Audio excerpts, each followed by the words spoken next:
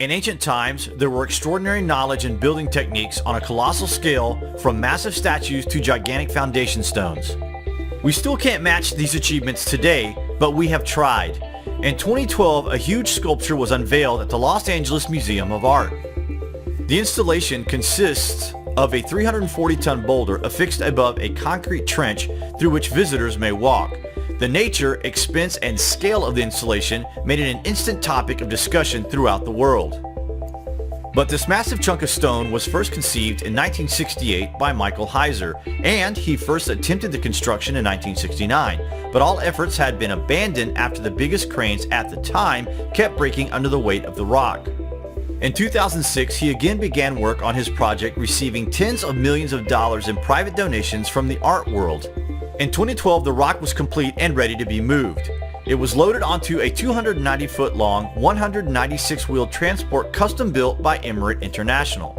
Because of the transporter size, the boulder could only be moved at a maximum speed of about 7 miles per hour.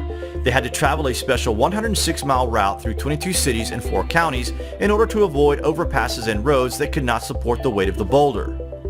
The rock was wrapped in a high thread count Egyptian cotton sheets and an outer layer of super thick plastic before being loaded onto the transporter. The trip took 11 days and the stone is a 340-ton boulder. So now you guys are thinking, yeah, so what?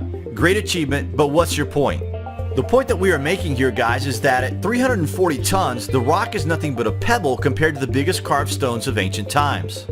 Carved stones of 500, 700, 900 tons are found in their thousands all over the world. So if it was extremely difficult to move a stone weighing a fraction of the weight of the ancient stones, then the question has to be, how on earth was it done? Just wait till you hear this. At number 6, the Axum Stela, also known as the Obelisk of Axum. This huge obelisk is thought to have fallen around the 4th century. Now fully restored in Axum in Ethiopia and weighing about 500 tons, it is a true marvel for that region. Dating back at least 2,000 years BC, the carving, construction, and the eventual raising of this piece is absolutely astonishing and is one of the heaviest stone carvings from ancient times. But it is nowhere near the heaviest objects, as it is light years away from any of the others we're about to mention. Number 5 on our list, Solomon's Temple. The largest stone at the Western Wall stone from the Western Wall Tunnel is estimated at 11.625 meters long and weighs between 700 and 900 tons. The wall had an original height of from 70 to 140 feet. In places, it is built from bottom to top of large squared stones, beveled at the edges and varying between 97.5 centimeters and 1.8 meters in height. The stones are laid without cement. The longest until now discovered measures 11.625 meters in length. The massiveness of the work is on par with the Egyptian pyramids, and the perfection of the cutting and fitting of the stone is as equal. Again, the finished sizes and weights of these stones is on an industrious scale, but not as big or as heavy as our next selection. In at number 4, the Colossi of Memnon. These two giants were built from a single piece of stone each. They are oriented towards the sunrise at winter solstice, and they weigh over 1,000 tons each. The statues are made from blocks of quartzite sandstone, which was stone quarried near modern-day Cairo and transported 420 miles over land. They are too heavy to have been transported upstream on the Nile, and there was once a mortuary temple that once stood behind these two figures that has been completely stripped for its masonry. It is not surprising that the occasional eyebrows are raised about the past concerning the extent of the masonry skills used in ancient times. Not only were the structures superior in a visionary capacity, but also in precision, design, and execution. Ancient people in this region of the world heralded a time of extraordinary achievement.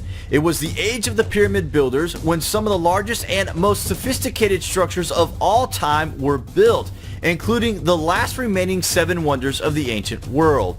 The true age of most of these sites predates 12,000 years and built by a completely lost civilization that appears to have spread all across the globe.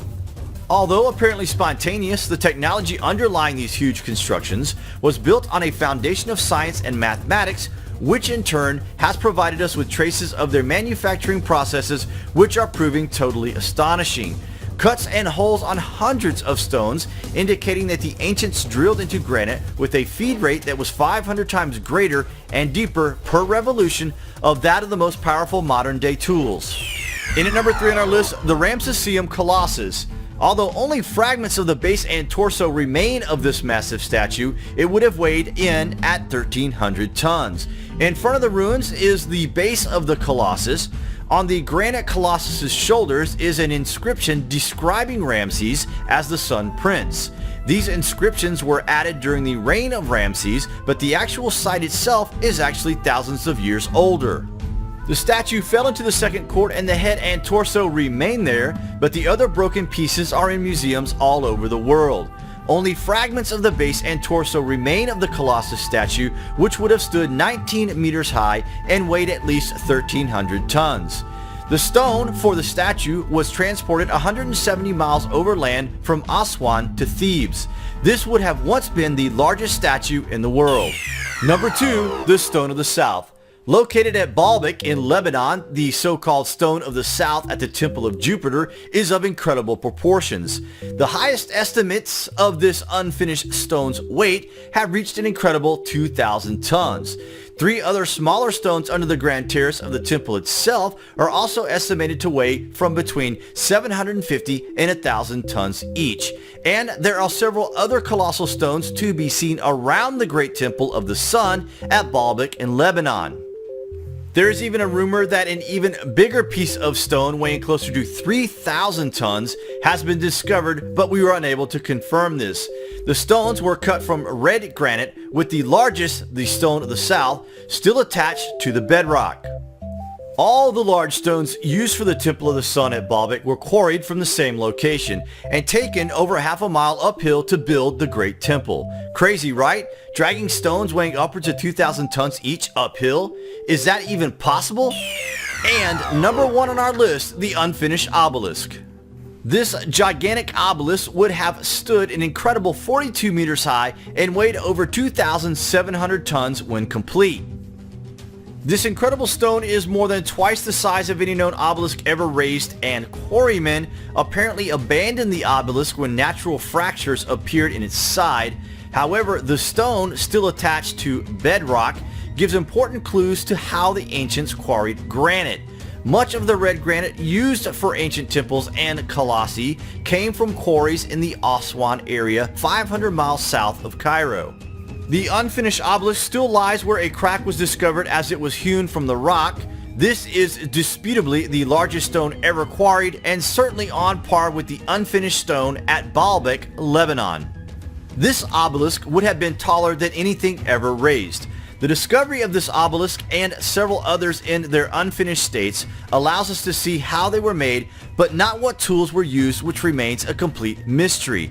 Does it not just completely boggle your mind that we struggle to move a rock with modern technology a fraction the size of the 6 we have mentioned here? We think the ancient world was not as primitive as we're being led to believe. We may not have the answers, but at least we have the questions. Oh, by the way, we have one more selection for you guys on our list. You could call this the bonus selection for all of our subscribers who take the time to watch our videos right through. Okay, so we have already had number 1, but we thought this video would not be complete without a notable surprise. So the real heaviest monolith of the ancient world is in fact almost 17 tons and is near 10 times as heavy as any other monolith from the ancient world. Wait till you hear this. This is the true largest monolith in the world, Yangshan Stele Base. Stele Base is an unfinished construction from the Ming Empire located near Nanjing, China. Its estimated weight is approximately 16,800 tons. Yes, you heard that correctly, 16,800 tons. That means the Stele Base is heavier than all of our previous selections combined and then some. The gigantic unfinished Stele Base that was abandoned in an ancient Chinese quarry could provide the answer to the question of how other monolithic stone blocks were made in other parts of the world. In scope and ambition, the Stele project stands alone as the greatest undertaking humankind has ever attempted. The size and weight is almost unimaginable. It is heavier than 8 statues of Liberty combined, and the purpose for which this stone was being quarried for is an absolute mystery. This stone is not as old as the other selections, but further investigation by experts is required. This is one of those sites that is not popularized yet, guys, so remember the name Yangshan Stele Base, and remember where you heard about it first. It is one of these sites on Earth that, if properly investigated and understood, then it could change our understanding of how these megastones were carved and moved. So there you have it, the heaviest stones on the planet that we know of as carved by humans. We may not understand completely how ancient people achieved this, but no one can deny the existence of these colossal undertakings. We hope you have enjoyed our selection here, guys. Thanks for watching, and remember, the ways by which we arrive at knowledge are hardly less wonderful than the discoveries of these things themselves.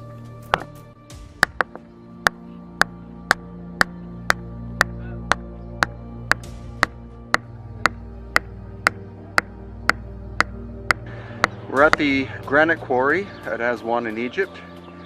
Most of the granite used by the ancient Egyptians is from this site, and you just saw a demonstration of how conventional archaeology believes that the stone was shaped with that dolerite or diorite pounder. As you can see, my effort was futile. This is the ancient way that we know that the dynastic Egyptians extracted stone, by putting wedges into these grooves after they'd cut them out.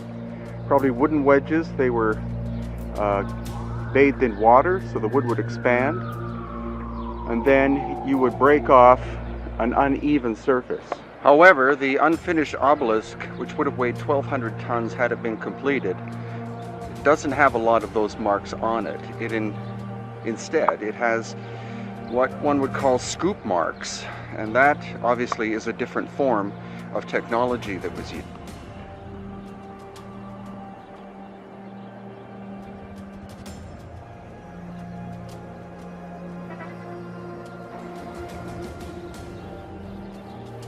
Well, here we are again at the Aswan Quarry, where we have the famous unfinished obelisk, and that is different stories about the cracks that we see on the surface. There's supposedly an attempt during dynastic times to cut this, but I think these marks here are modern cuts. But for sure that there were modern earthquakes that did this. This is not the reason they stopped this. The crack, as you know, because you went in there last year, is on the underside. So they're undercutting this with every intention of raising it, and they find there's a natural crack on the underside. So they know it will not go to resonance, so they left it. And as our Egyptologist and tour guide, Muhammad Ibrahim, has said, it appears that this could have been pre-cataclysmic, that they were doing this work and the cataclysm could have stopped the work. And we'll have definite proof of that when we go to the other obelisk in the back, that it was not cracked. There was no reason for them to leave it there. They should have finished it, and it just stops immediately. We believe that was the cataclysm that stopped the work here. So it's not only a question of trying to use stone balls to release this 1,200-ton obelisk from its mother stone, but the other question is, how would you move it? Exactly. That's even major. You'd have to lift it out, take it down. So here's your sense of scale. This is our Kemet School group, and this is the obelisk.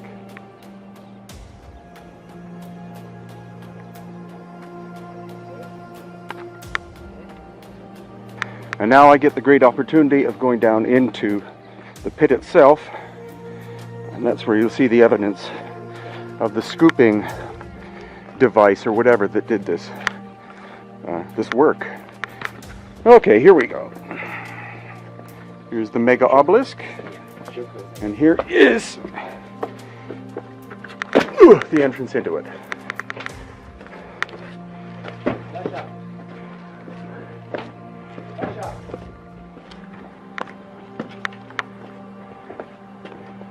So these obelisks were most likely resonance devices, energetic devices, which each one was a specific size because it was tuned to a specific frequency. But the reason why this obelisk was abandoned before it was finished is because once they had dug down to this point, they found this massive crack in it, and therefore it wasn't going to be of the proportions that they wanted, so they basically gave up on it. It wouldn't go to resonance. That's the key. It would not go to resonance if there's a crack in it. Right. And here we have feeble attempts of later people trying to recycle the stone. They gave up after about 2 inches. I actually think this is a modern cut. As Muhammad said, in modern times they've been trying to cut this in half, and they gave up at this point. Yeah. So again, sense of scale, this is only about a quarter of the size of the unfinished obelisk.